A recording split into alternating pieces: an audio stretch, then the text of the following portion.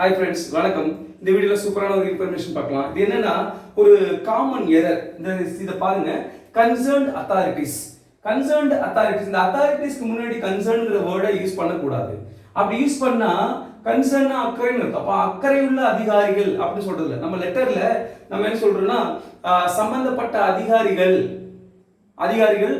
தேவையான நடவடிக்கை எடுக்க வேண்டும் அப்படின்னு சொல்லிட்டு நான் வேண்டிக் கொள்கிறேன் அப்படின்னு சொல்றோம்னா அங்க அதை எப்படி யூஸ் பண்ணணும்னா இங்க பாருங்க, அத அத்தாரிட்டிஸ் கன்சர்ன் அப்படின்னு சொல்லணும். ஓகேங்களா?